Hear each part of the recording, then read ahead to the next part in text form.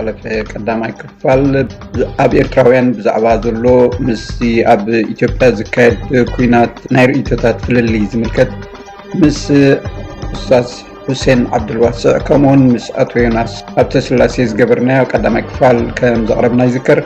قدما كال أكفالن ناي موداتون قريب له بتا حتى زقربلك أستاذ حسين كنجمر نسوات زبولكم وقت محجي سلازلو سخا بفلاي مالتي يقريت حتى تيلكالو منالبات فقدنيا تخونكا بزعب وقت زارب تخلي حتى زي كوين قد نافتي أمتي نازلو قداي من تخنكي قداي باتيلو عب حزب إيرترا قال لنا قاعد فترة خويني سمعك بزحات أروان مالتي بابتم تقامتي مالتي بتم نفتح نقال سيناتولو أبكلت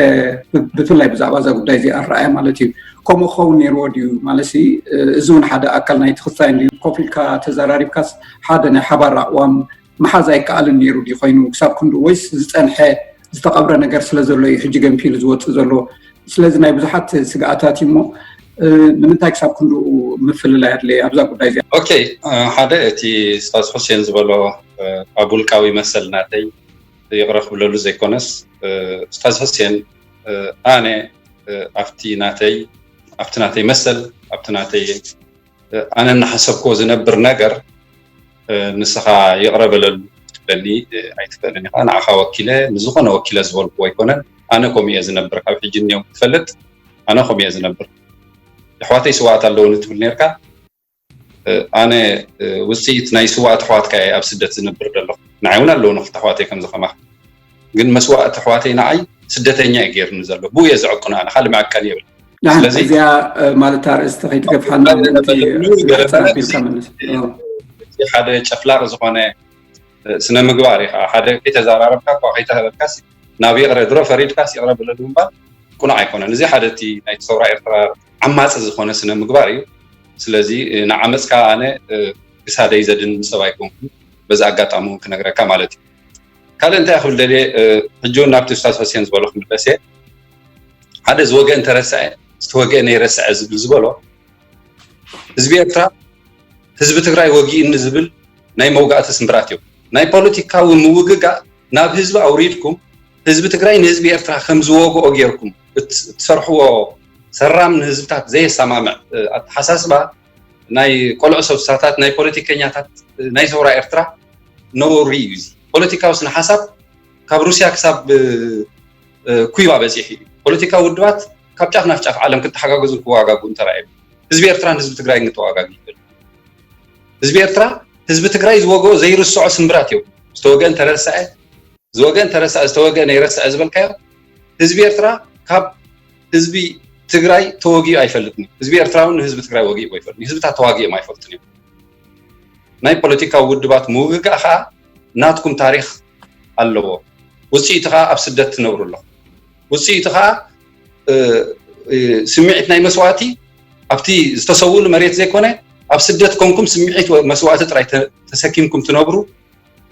ወይ ከዓ ተሰኪምኩም ትነብሩ ገይርኩም ማለት እቲ ሪያሊቲ ንሱ እዩ ብዛዕባ ስምዒትካ ብዛዕባ ስምዒተይን ግን كم زلوا خوينو أنا يقرب للو أيبلكاني نسخاون يقرب للو اختبلني وعدني أيكونكول سلازي تي ناي سمبرات زبالكايو نتي مونغو ودبات تفترة سمبرات نابهزب أوريدكم نتي هزب أكرهاهنكم بوليتيكاو حيث تفتروا نورام زرعي أنا أبدي أكون كقارت كمنا الباتستاس حسين زبالتي أبود بات رجامبر بهزبي كم زي كونه ردان مهنيات فتوانتي هزباو جنبار مس حوحات تمحازيم زغبر ومبر مس هزب تأساس روحنا يسمع عندنا مو من البات بوليتيكاو زمجنا يزي بقى بوليتيكاو زمجنا أي أمول عالم تك فقال لحرنة إرتراكو فلسطين كيدوم من إسرائيل وجيمين لا يرغبنا من إسرائيل جن ناي بوليتيكاو سن حساب زمجنا أي نوعنا بهزب وريدكا ህዝቢ ፋለስቲን ሓውና ህዝቢ እስራኤል ጸላይና ይኽትብላ ይትፈልግ ናይቲ ዝነበረ ውድብ ሓጢያት እዩ ካብቲ ውድብካ ክሓልፍ ይብሉ ናብ ህዝቢ ከተወርዶ ይትፈቱን እየ ዝብል ዘሎ ህዝቢ ወያነ ሓርነት ትግራይ ንጀብሃ እንድሕር ዳ ወጊእዎ ነቲ ዝደለዮ ዕላማ ንኽተግብር ምስ ህዝባዊ ግንባር ተሰማሚዕን ጀብሃ ወጊእዎ ጀብሃውን መናሕሰይ ይኮነን ብዙሕ ከምኡ ዓይነት ስራحات ዶብ ሰጊሩ ሰሪሒ ንዑ ኣነ ሕጂ ነቲ ስምብራት ዝተወገነ ይረስዕ ኢሉ ናብ ህዝቢ ኤርትራ ከውርዶ ስለዝደለ ንዑ ኣነ ኣስሚረ ዝዛረበሉ ዘሎ ካልኣይቲ ህዝባዊ ወያነ ሓርነት ትግራይ ወይ ከዓ መንግስቲ ትግራይ ካብ ቦሌ ወፂኡ ካብ መቐለ ወፂኡ ሕጂ በረኻታት ሰፊሩ ዝበሎ እዚ ናይ ካድራት ናይ ዞም በዓል ባጫ ደበሌ ዝብልዎ ዘረባ እምበር ህዝባዊ ወያነ ሓርነት ትግራይ ኣብ ርእሲ ነፍሲ ወከፍ ትግራዋይ ኣብ በረኻ ኣይኮነን ኣብ መቐለ እውን ኣብ ነፍሲ ወከፍ ትግራዋይ ስለ ዘሎ ትማሊ መቐለ ይነበረን ሎሙን ንበረኻ ይወፀ ህዝባዊ ወያነ ሓርነት ትግራይ ኣብ ነፍሲ ወከፍ ትግራዋይ ኣብ ነፍሲ ወከፍ ርእሲ ትግራዋይ ኣብ ነፍሲ ወከፍ ነፃነቱ ዝደለ ትግራዋይ ኣብ ርእሱሎ ሕጂውን ናብ ዝኾነ በረኻ ይወፅን ኣብ ዝኾነ ከተማ እውን ኣይነበረ ስለዚ ቋርፀካ ዮናስ ኣብዚ ኣብ ነፍሲ ወከፍ ናይ ትግራዋይ ርእሲ ስለ ዘሎ ሕወሓት ድዩ ሕጂ እቲ ብፍላይ እቲ ናይ ከበሳ ትግርኛ ብዙሕ ሰብ ማለት ኩሉ እኳ ተዘይኮነ ዝድግፎ ዘሎ ናብታ ሕቶይ ግን ምእንቲ ክመልሰካ ኢለ ንምንታይ እዩ እዚ ክሳብ ኣብ ከተማ ብምህላው እዩ ካብ ከተማ ብምውፅኡ ዝውዳእ ኣይኮነን እዚ ወይ ከዓ ተሳዓየ ወይ ከዓ ከምቲ እቲ ደገፍ ዝመፅእ ዘሎ ካብ ወገን ገለ ወገናት ናይ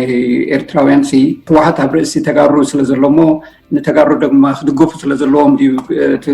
ውድብ ገዲፍና ማለት ድዩ ካብ ምንታይ ዝብገስና ዓንዲ እቲ ፍልልያት ፈጢሩ ዘለዉ ንሱ እንዲ ናብኡ ከተፅብበለ ህዝቢ ኤርትራ ምስ ህዝቢ ትግራይ ብሓንሳብ እዩ ዝነብር ብሓንሳብ እዩ ዝዓቢ ብሓንሳብ እዩ ዝነብር እዚ ክንክሕዶ ኣይንኽእልን ኢና እዚ ተፈጥራዊ ስትራቴጂያዊ ተፈጥሮ እዩ ብፖለቲካዊ ሓይልታት ዝቕየር ኣይኮነን እዚ ስትራቴጂያዊ ረብሓ ናይ ክልቲኦም ክረጋገፅ ተኮይኑ ከዓ ድሌት ህዝቢ ትግራይ ክረጋገፅ ኣሎ ድሌት ህዝቢ ትግራይ ከይረጋገፅካ ድሌት ህዝቢ ኤርትራ ኣብ ትግራይ ከተረጋግፁ ኣይትኽእል ስለዚ ድሌት ህዝቢ ትግራይ ህዝባዊ ወያነ ሓርነት ትግራይ እንድሕርዳእ ኮይኑ እቲ ናይ ህዝቢ ትግራይ ሰላም ዝደሊ ኤርትራዊ ከዓ ናይ ግድን እዩ ነቲ ድሌት ናይ ህዝባዊ ወያነ ሓርነት ትግራይ ክድግፍ እዚ ከዓ ብግልፂ ተራእዩ ብግልፂ ኣብ መንስያትና ኣብ ታሕቲ 25 ኣብ ታሕቲ 20 ዘለዎ መንስያት ከይተረፈ ነዚ ጉዳይ እዚ ማሕበራዊ መራኸቢታት ረኣዩ ብግልፂ ተራእዩ ካብኡ ሓሊፍካ እውን ካብ ረብሓ ህዝቢ ትግራይ ሓሊፍካ እውን ረብሓ ህዝቢ ኤርትራውያን ውሕስነት ኤርትራውያን ኣብ ትግራይ ተረጋጊፁ ናይ ማንም ኤርትራዊ መንእሰይ ኣብ ትግራይ ተረጋጊፁ ደጊም መዛረቡ ዘሎ ኣነ ምስ ህዝቢ ትግራይ ከባእሰኒ ኣብ ስምዒት ኣትዩ ስለ ዝፈተነ ኣነ ወላ ሓንቲ ፅልኢ ናብ ልዕሊ ህዝቢ ትግራይ የብለይን እቲ ዝተገብረ ትማሊ ንግሆ ስምብራት ገዲፉርና ኣለኹም ኤርትራውያን ዝበልክዎ ኣነ ብማዕዶ ኮይኖም ለቢሞም ምስ ሓወይ ህዝባዊ ግንባርን ተጋድሎ ሓርነት ኤርትራ ክንበኣስ ከለና ተኸኣሉ ምሸምገሉ ተዘይኮነ ድማ ኢዶም ኣኪቦም ሱቕ ተዝብሉ ነቲ ጉዳይ ዘይቲ ብምኽዓቦም ግን ነቲ ነገር ኮምፕሊኬት ገይሮሞ እዮም ሕጂ እውን ነዚያ እታ ዘረባ እዚኣ እምበሪ እቲ ኣነ ደኣ ምስ ኣሕዋተይ ደኣ ተዓሪቐ እንደ ናፅነት ኤርትራ ምስ መፀ ተጋድሎ ሓርነት ኤርትራ ንናፅነት ኤርትራ ትቃለስ ነይራ ህዝባዊ ግንባር ናፅነት ኤርትራ ትቃለስ ነይራ እቲ ድሕራይ ልኡላውነት ናይ ሃገር ምስ ተረጋገፀ ሓርነት ዶ ካልእ ዶ እቲ ቢልዲን ናይ ኔሽን እዚ ድሒሩ ዝመፅእ ነገር እዩ ጉዳዩ ቀሰልና ድማ ኔሽን ቢልዲን ኦቨርናይት ዝመፅእ ጉዳይ ኣይኮነን ፖለቲካዊ መስርሕ እዩ ንኸዶ ኣለና ኣነ ሕጂ ይቃወሞ ኣለኹ ነቲ ስርዓት ልኡላውነት ናይ ኤርትራ ኣኽቢረ እየ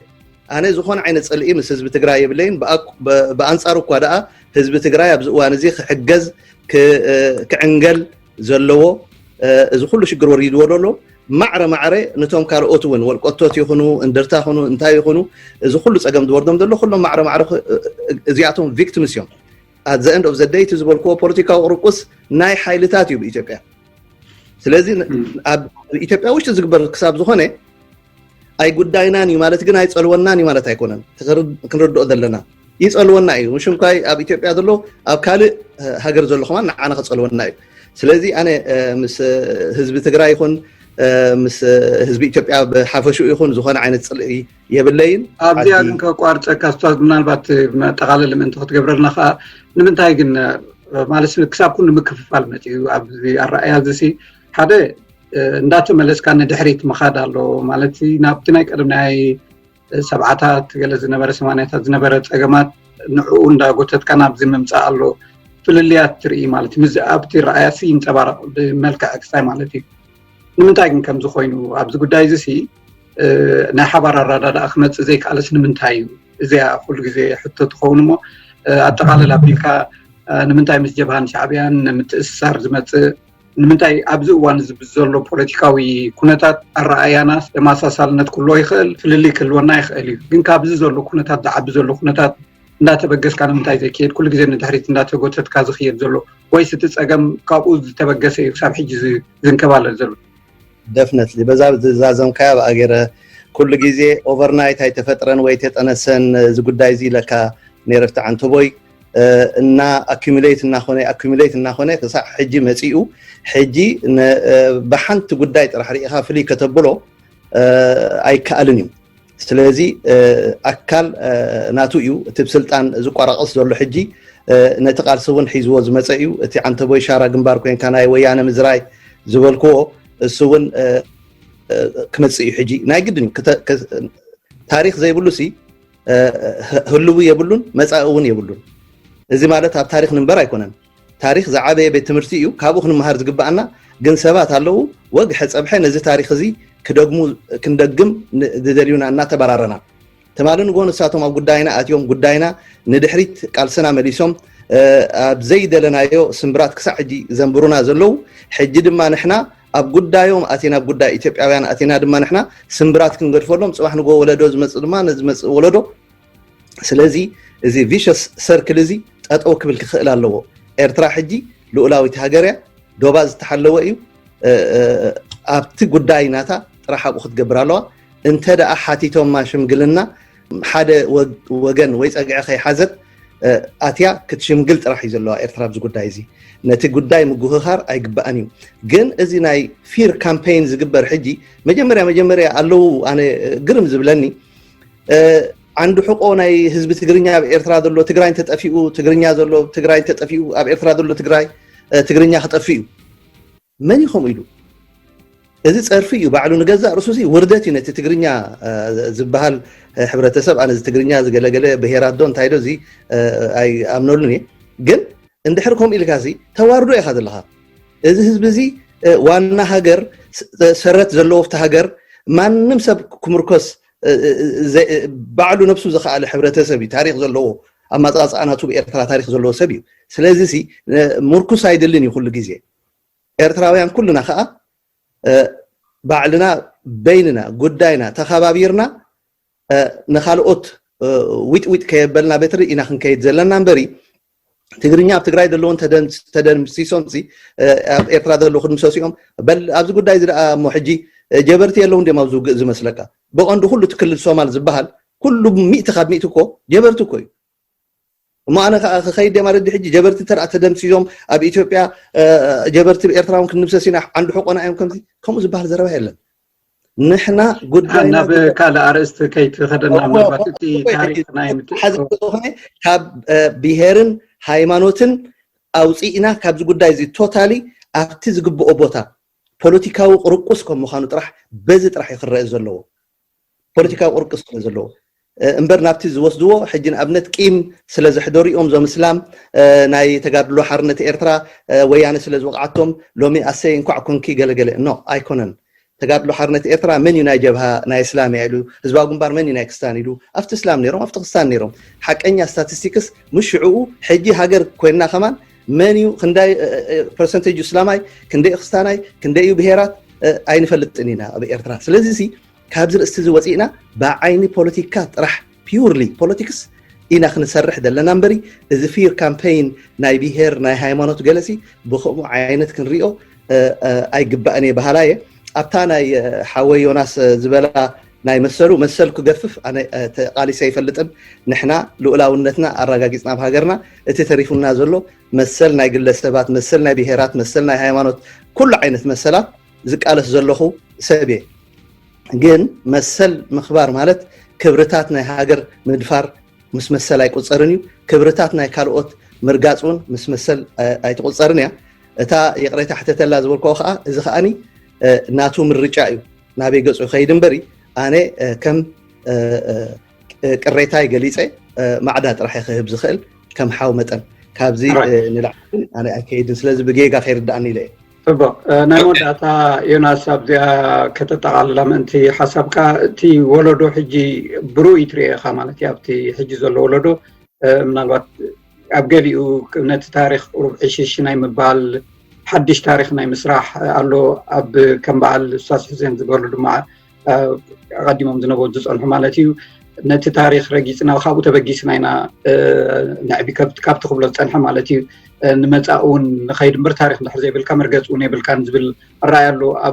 ኣብ ገለ ሸነኽ ናይዚ ንኡስ ወለዶ ግን ነቲ ናይ ቀደም ኩሉ ደምሲስካ ከም ብሓድሽ ሂወት ሓድሽ ሓርነት ሓድሽ ፖለቲካዊ ኣረኣእያ ክዓብሎ ዝብል ኣሎሞ እዚ እውን ሓደ ማለት ምክንያት ናይ ግጭት ክኸውን ይኽእል እሞ ከመይ ክኸይድ ዘሎ ብፍላይ እዚ ንኡስ ወለዶ ኣብ ኤርትራ ዘለዎ ኣረኣእያን ሓርነት ዝበሃል ንገዛእ ርእሱ ብኸመይ ዲፋይን ክገብሮ ዝግብኦ ምስቲ ዝፀንሐ ወለዱ ምስቲ ታሪኹ ከመይ ገይሩ ክተዓረቕ ነቲ ዝፀንሐ ከመይ ገይሩ ሒዝዎ ክጓዓዝ ንቅድሚት ብኩሉ ማለት ፖለቲካዊ ቁጠባዊ ነገራት ማለት ገፊሕ ትርእስቲ ግን ኣጠቃልላ ኣቢልካ ዝዓቢ ዘሎ ኣረኣእያ ክትገልፀለካ ኦኬ يحصر أبيله كدميو حصرت نجارات تكس كابناي حاو أستاذ حسين أعتقد دامي تزبل عن توي جزء حصيراتني سراويت إيرترا لودي اللين أو إيرترا أو تجراي رويترز أمريكا جلز بلوه نصهم وساعتين تات جازيتين تات نحن عن إيرترا أو تجراي نحرا اللي محواتنا يمزل أو تجراي يلون اللون نعين نعخن بقام كبوليتيكا وسينا كم محواتنا كم حزبنا متن نحن حسب علينا نحن برويترز هيكوننا نراجع نزي أستاذ حسين بتناي أمريكا ويكا بتناي جازيتا ويناي الجزيرة غير كم متو مخالكا نعي أزي حزين مخنياتو سرعات تقدف منسيات إيرترا نبكينات إثيوبيا تبيسوهم كم زلوا بأمريكا نقدر نحسب عليها مس إيرترا ركبي بالكان مالت مستو زلوا منسي ركبي بالكان مالت كل سو كون عضيه إنسان عافى ودا عدو خلا دويلو شبوت زي قانقو قاي عدو قاي بزعبا عدو سي ني أمريكا مسكر غير يكون نزرغا أبزي قرب مستي زبال زل بوليتيكا تراي حساب مقرابكا تعم حزينه كم إيرتراويان بزعبا حزب إيرترا زلنا معلتاوي ركب أبو مسارات غيرنا نزارب كلا سلازي خان عنا حسينا زل بوليتيكا زي تبع تراي بمدغام يحواتنا انت يكون لو بمدغام تنزارب زحاشه مسلنا سلازي شعبيا نحواتنا ناب كينات تግራይ ጠቢስዎም ደሎ ኣይጠበሰን ሚቲ ኻሚቲ ጠቢስዎም አለ እዚያ ያኽል ዝደሊ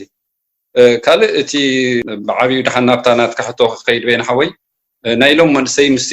ዝሓለፈ ታሪኽ ምትእሳርን ቀጻልነትን ከመይ ገይሩ ከቐጽሎ ዝደሊ ሓድሽ ነገር ይረአ ኣሎ ነቲ ታሪኽ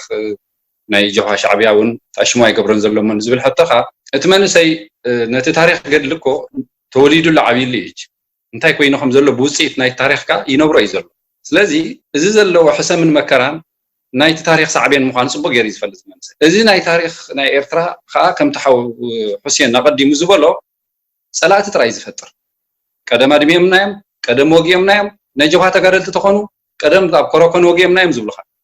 ናይ ሻዕብያ እንተኾኑ ቀደም ጠሊሞም ናዮም ዝብሉኻ ሕሉፍ ሓሊፎም ናይ ራስ ወልደ ሚካኤል ናይ መሳፍንቲ ውግእ ኣምጽኦም ህዝቢ ትግራይ ጸላኢ ንምግባር ናይ መሳፍንቲ ናይ ራስ ወልደ ሚካኤል ከይተረፈ ዘምጽኦ አንዳርጋቸው ጽጌት ማሊ ኣብ ኢንተርቪው ሰምዖ ነይረ ኤርትራውያን ተጋሩ ናይ ሰማምዑን እዮም ቀደም ራስ ወልደ ሚካኤል ዝገበርዎ ተጋሩውን ኤርትራውያን ይሕሞም እዩ ኣብ ትግራይ ዘሎ ቁልቁለት ንኸረን ዘውርድ ልቢ ትግራይ እዮም ዘብልዎ ነቲ ጽልኢ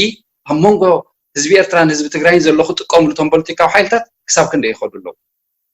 እዚ መንእሰይ ከዓ ልካ በቲ ናይ ጀብሃ ሻዕብያ ታሪኽ ጸላእቲ ጥራይ ይፍሪ ዝኾነ ሰብ ኣብ ስደት ዘሎ ብፍላይ እዞም ኣብዚ ኩነታት ዘይነበሩ በዚ ኢትዮጵያ ዘይሓለፉን ህዝቢ ትግራይ ዘይፈልጥዎ ኣብ ትግራይ ከይዶም ፖለቲካ ዕቁባ ዘይሓተቱ ነተን ጽልኢ ጥራይ እዮም ተሰኪሞም ፖለቲካዊ ጽልኢ ከዓ ህዝቢ ይኮነን ዝፍጽሞ ፖለቲካዊ ሓይልታት እዮም ዝፍጽሞ ከም ተቐዲመ ዝፈልጡ ስለዚ እዚ መንእሰይ እዚ ካብቲ ናይ ፖለቲካ ናይ ጀብሃ ሻዕብያ ታሪኽ ወፂኡ ብዛዕባ ኣባይታ ዘሎ ሓቂ ህዝቢ ትግራይን ብዛዕባ መሬት ትግራይን መሬት ኤርትራን ከመይ ጌርካ ትነብረሉ እዩ ዝሓስብ ዘሎ ታሪኽ ናብዚ ሕጂ ዘለዎ መከራ ኣሳጢሕዎ ስለ ዝኾነ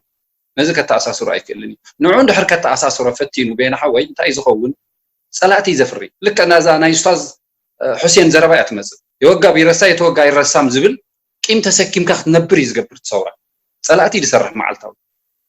ጸላእቲ ስለ ዝሰርሕ ትሰውራ ጸላእቲ ሰሪሕሉ ነቲ መንእሰይ ከዓ ዓዱ ገዲፉ ናብ ስደት ሰፊሩ እቶም ጸላእቲ ግን ኣብ ባይታ የለውም እቲ ጀብሃ ሻዕብያ ዝሰርሖም ጸላእቲ እዮም እቲ ታሪኽ ናይ ገድሊ ዝሰርሖም ጸላእቲ እዮም ሕጂ እንታይ ክብል ደልየ እቲ ኣብ መንጎ ገድሊ ዝተፈጸመ ኣብ ጀብሃ ይኹን ኣብ ሻዕብያ ይኹን ኣብ ወያነ ዝተፈጸመ ፖለቲካዊ ጥልመት ድዩ ፖለቲካዊ ምድግጋፍ ድዩ ንህዝቢ ኤርትራን ንህዝቢ ትግራይን ዝርኢ ኣይኮን ደቂ ትግራይ እዮም ደቂ ህዝቢ ኤርትራ እዮም ግን ናይ ፖለቲካዊ ሓይልታት ፍጻሜ እዩ ስለዚ ካብዚ ወፂኡ መንእሰይ እንታይ ይብላ ኣሎ ምስ ህዝቢ ትግራይ ዘለና ረብሓ ኣብ ባይታ ይርኢ ኣሎ ካብ ባድመ ሃዲሙ እኮ ኣደ ሃገራይ ከይዲ ዕቁባ ሓቲት ነብሱ ድሕን ካብ ባድመ ሃዲምካ ንሶማላይ ትኸይድና ካብ ባድመ ሃዲምካ ናብ ካልኣይ ትኸይድና ስለዚ ረብሓ ናይ ኤርትራዊ መንእሰይ ረብሓ ናይ ትግራዋይ ምዃኑ ኣብ ባይታ ርእይዎ ኣሎ ሞት ናይ ኤርትራዊ መንእሰይ ሞት ናይ ትግራዋይ ምዃኑ ኣብ ባይታ ርእይዎ ኣሎ ተጋሩ ስለ ዝተወግዱ ዘይኮኑ 200,000 ኤርትራውያን ተበታቲኖም ዘለዉ ከም ማዓስከር ስደተኛታት እቲ ሪያሊቲ ባዕሉ ዝጋጨ ዘሎ ምስቲ ታሪኽ ኢሉ ተታሒዙ ዝጸንሐ ንህዝቢ ኤርትራ ጸላእቲ ጥራይ ዝፈጥር ናይ ጀብሃ ሻዕብያ ታሪክ ንዑ እንተዘይግሒፉ ከማን ህዝብ ሰላም አይነብር ኣብ ጀብሃ ሻዕብያ ዘሎ ታሪክ ቂም ጥራይ ብዘይካ ቂም እቲ ባዕሎም ዝሰርሕዎ በረኻታት ከይዶም እቲ ባዕሎም ዝተጣላለሙ በረኻታት ከይዶም ጥራይ ናብ ህዝቢ ኤርትራ ናብ ህዝቢ ትግራይ ናምፂ ሓውኽ ዘርአሉ ዝፍትን እምበር ዞም ፖለቲካዊ ሓይልታት እዚኦም እኮ ሕሉፍ ሓሊፎም ውቅያኖስ ሰጊሮም ምስ ክንደይ ምስ ቻይናን ምስ በዓል ሶርያን ምስ በዓል ኢራቅን እውን ተሰማሚዖም ከመይ የቢሉ ዳሉ እቲ ዝገበርዎ ሓጢያት ዘይከውን ናብ ህዝቢ ትግራይ ትማለ ከምዚ ገይሮምና እንዳተባሃለ ተንኮል ጥራይ ክፍሕዝ ዝነብር ስለዚ ትመልሰይ ብኣካል ርእይዎ ስለ ዘሎ እምበር ካልእ ፖለቲካዊ ፍልስፍና ናብ ፖለቲካ ከማና ሪያሊቲ ኣባይታ ዘለሓ ሞት ህዝቢ ትግራይ ሞትና እዩ ዕብየት ህዝቢ ትግራይ ዕብየትና እዩ ኣባይታ ይርይዎ ሰላም እንድሕር ተፈጢሩ ትግራይ ኣብ ኤርትራ ሰላም ተዘይሃልዩ ኣብ ትግራይ ከይድና ሰላምና ረኪብና ባይታ ኣነ ኮነ ኣካል ምስክረ ጽባሕቲ ኩናት ኣብ ዓመቱ ንትግራይ ኣትያ ነ ህይወት ያድሕን ምክንያቱ ናብ ክልቕ ሰግር ዝኽእል እግሪ የብለይ ትግራይ ያ ጎረቤተይ ትግራይ ኣትየኮ እንዳ ዝኾነ ከም ገዛና የኳሕኩሐ እኳ ዳ ኣብ ዶብ ንምዕራብ ከይድካ ኣብ እንዳ ካልእ ብሄር ከይድካ ከምኡ ጌርካ ይኩሕኩሕን ይነብሩ እዩ ሴፍ ከማን ትቁረፅ ኢኻ ራይ ደሃና ኣብዚ ጥንሓልና ቢልካላ ምናልባት ናይ መወዳእታ ናይ ምኻውናስ ከምዚ ዓይነት ዘረባ ሓቂ ሓይታይ ተጸበኹን ንሽቲ ናይ መወዳእታ ስታስፍትን ርእይቶ ተሊካ ሃበኒ ምኹን ውድእ ንኤርትራ ብዓይኒ ትግራይ ይርያ ስለ ዘሎ ጥራሕ እምበሪ ንሱ ናብቲ ካልኣይ ገዝኡ ካሕኩሑ ኣትዩ እቶም ካልኦት ኤርትራውያን ከኣኒ ዓፈር ክሃድም ከሎ ንትግራይ ኣይኮነን ሃዲሙ ንጅቡቲ ኸይዱ ማዕጾ ካሕኩሑ ናብቶም ኣሕዋቱ ኸይዱ እዩ እቶም ካብ ጅቡቲ ንየመን ከይዶም ድማ ናብ የመን ድሰገሩ ኣለዉ ኣብ ውግእ ናይ የመን ግን ንሕና ከም ኤርትራውያን እዚ ኩሉ ሆሆ ድበሃል ደሎ ሕጂ ንምንታይ ኢድና ደየእተና ንሕና ንምንታይ ኤርትራውያን እስላም ሱኒ ስለ ዝኾኑ ምስቶም ሱኒ ጠጠው ንብል ዋጋ ንኽፈል ንኺድ ከምዚ ንግበር ንምንታይ ደብልና እዚ ናቱ ጉዳዩ ናይ የመን ጉዳይ ኣይእትወናን እዩ ስለዚ ኣነ ነዞም ናብ ኢትዮጵያ ዘለዉ ስደተኛታት 100,000 ወላ ልዕሊ 100,000 ዝኾኑ ይሓዝነሎም ኣሕዋተዮም እሳቶም ግን ጥራሕ ኣይኮኑን ዮናስ ንዕኦም ጥራሕ ፎካስ ዝገበረ ጉዳይ ይዛረባሉ ኣነ ግን ነቶም ኣብ ሱዳን ዘለዉ እግረይ ያውፅኒሎም ዝኸዱ ነቶም ኣብ ጅቡቲ ዘለዉ ነቶም ኣብ የመን ዘለዉ ነቶም ኩሎም ኤርትራውያን ፎካስ ገይረ ስለዚ ኤርትራ ከበሳ ጥራሕ ኣይኮነትን ኣነ ከበሳዊ ምዃነ ይሕበን እየ ኤርትራ ግን ከበሳ ኣይኮነትን ኤርትራ ዓባይ ኤርትራ እያ ኩላ ስለዚ ንኤርትራ ብዓይኒ ትግራይ ጥራሕ ንዝርኢ ሰብ ግን ንዓኣ ጥራሕ ጥራሕ ክርኢ ዝኽእል ንትግርኛ ጥራሕ ክርኢ ዝኽእል ከበሳ ገሌለ ይኮን ኩሉ ስታዝ ሕሴን ኤርትራ ኣነ ብነብሰ እየ ዝርያ ብዮናስ እየ ዝርያ ዮናስ እቲ ከምኡ ዓይነታት ዘለዎም ሰባት እታ ኩነታት ሲ ምስ ትግርኛ ጥራሕ ዘተኣሳስርዋ ሰባት ትግርኛ መሲላ ስለ ትረኣዮም ኤርትራ ምክንያቱ እቲ ዕብለላን ብድዕን ዝካየድ ዘሎ ብኤርትራ ስለ ዝርእይዎ ዘለዉ እቲ ንኻልእ ክርእዩ እውን ኣይሕግዞምን ኣሎ ተሃዋው ስለዚ ንሕና ንደልዮ ዘለና ግን ዙሩማ ሃገርካ ተዓዘባ ኩሉ ህዝቢ ኤርትራ ክላለ መን ከም ምዃኑ ኤርትራ ክፈልጥ ሽዑ ብፍትሒ ነዚ ሃገር እዚኣ ክንነብራ ክንርኢ ከለና ሽዑ ንትግራይ ጥራሕ ደይኮንና ክንጥምት ዘለና ንየመን ክንጥምት ኣለና ንጅቡቲ ክንጥምት ኣለና ንሱዳን ክንጥምት ኣለና ኣይ ቲንክ 50 ዓመት ዝገበሩ ስደተኛታት እውን ኣለዉ ናብ ሱዳን እዚኦም ዝዝክሮም ብዙሕ ኣይኮነን ኣብዚ ወቐሳ እንተደኣ መፂና unfortunately ንክልተ ጀነሬሽን ልዕሊ ክልተ ጀነሬሽን 50 ዓመት ዝገበረ ረሽፊጂስ ኣሎ ብኡ ክንቁርቆር ብኡ ክንሓምም ብዙሕ ኣይንስማዕን ኢና ስለዚ ንሕና ጉዳይ ኣለና ካብቲ እዞም ስደተኛታት ናይ ትግራይ ሕጂ 40,000 ስደተኛ እዩ ይሓዝነሎም ግን 50 ዓመት ዝገበሩ ስደተኛታት ኣለውኒ ዓይነት እዮም 40,000 እዞም ኣብ ኢትዮጵያ ኣትዮም ዘለዉ ተጋሩ مسامحارو تحواوسهم إثيوبياويان كلاتهم بقوم انت دا أخصاء خوينة صبوا as a human being in humanity أحواتهم جن أنا كلت generation نلعلي دساق زلوا سدتني علني نتقرأي راح يكون كندري أنا نتقرأي رأي أبي من زرب دبو زلوا ليتم سمع السدتنياتات اللوني أبدأ سماي تخدينهم حمد تنسيفهم زحدرو زلوا اللو سلمن تاينا نحناسي نيرترا بعبا خلاسي نصببا ناب تقرينيا طرح نمصا انا كرداني ايبني مالي ابناي كسلا وق بين عمر كابتسني كيدوم مسحواتهم كحجزو كابتسني كخلوكو يحواتكم ايكونون ايبلو من حزب تقرينيا بين عمر يحواتكم ايكونون ايبلو مخنيات حواتهم بتخكل نحنا بتقراي زلو حزبنا حزب تقرينيا ناب تقراي زلو حزبي كم حاون تزيريو اب معراب ارترا زلو ني اب سودان زلو حاو كم حاو فريو ايكلني نحنا خم إرتراويان ولا ناي قداي ناي شرق السودان ناي مبراق السودان نحنا بني عامر قوني نحز ناب حدارب قوني نحز كلتيهم زيهم أحواتهم اتهم بوليتيكا وقرقص زقبرو زلو نساتهم يوم فيكتيمايز زقبروهم زلو نخلهم نتهم أحواتنا قرابتنا ኣብ ሱዳን ዘለው ሕዳርቦም ይኹኑ ብናይ ዓምሮም ይኹኑ ስለዚ ታ ጉዳይ ኤርትራ ኣብ ጉዳይና ጥራሕ ንገብር ንጎረባብትና ድማ ሰላምን ብልጽግናን ንምነየሎም ኣብዚ ወዲና ኣለና እንታይ መሲልካ ኩሉ ግዜ ሓንቲ ዘረባ ኣላ ነው ኣይ ጉዳይና ንኢልና ምዝራብካ ይመድለየና ነይሩ ናይ ትግራይ ጉዳይና ተዘይከው ምክንያቱ ኣይ ጉዳይና ንዩ ጉዳይና እዩ ኢሉ ዘካትዕና ዘለኩ ጉዳይና ስለዝኾነ ተደጋጋሚ እንታይ እዩ ክልተ ይሕዋት ወይ ከዓ ክልተ ሰባት ተባኢሶም ተተመጽዮም ኻ ኣብ ምንታይ ተራኺብኩም ኢኻ ትብሎ ምክንያቱ ከይተራኸቡ ክባእሱ ይክእሉን እዮም ከይተራኸቡ ክጋጨው ኣይክእሉን ወይ ናይ ሓባር ንብረት ነይርዎም ኣሎ ወይ ናይ ሓባር ረብሓ ነይርዎም ኣሎ ስለዚ ባእሲ ካብ ናይ ሓባር ረብሓ እዩ ዝፍጠር ምስ ኣብ ትግራይ ዘሎ ኩነታት ተደጋጋሚ ከምዚ ክገልጾ ፀንሐ ስታዝ ዝመጽእ እውን ምስ ትግራይ ናይ ሓባር ረብሓ ስለ ዘለና እዩ ምስ ትግራይ ናይ ሓባር ጽልእ ዝፍጠር ዘሎ ምስ ትግራይ ጉዳይ ትግራይ ዘየገድሰና ነርቶ ዝኸውን ጉዳይ ትግራይ የገድሰና ዲዩ ኣይገድሰና ኒ ኣብ ዝብል ዛዕባ ለው ምሸት በሓሳብ ኣይበምሰና ነይሩ ኣብዚኣ ናይ መወዳእታ ንሪኢቶ ይክብ ካብቲ ናይ ሁሴን ተበጊሰ እንታይ እዩ ናይ ትግራይ ጥራይ ዘይኮነሲ ኣብ ካልኦት ቦታታት እውን ኣለዉ ንዑ እውን ከም ጉዳይና ክንሪኦ ዓይነት እያ መስለን እንድሕር ተዘይተጋጌ ኣብ ሱዳን ዘሎ ኩነታት ኣብ የመን ዘሎ ምክንያቱ ንኩላትና ናይ ከም ኤርትራውያን እንድሕር ክንሓስብ ኮይና ዝበለ ኮይኑ ተሰሚዐኒ ሞ ኣይ ቲንክ ወዲና ኣለና እቲ ተኽምልኩም ኣለኹም ይፀልወና ስለ ዝኾነ ኢና ንዛረበሉ ዘለና እቲ ጉዳይ ግን ጉዳይና ኣይኮነን ዋናታት ኣለዎ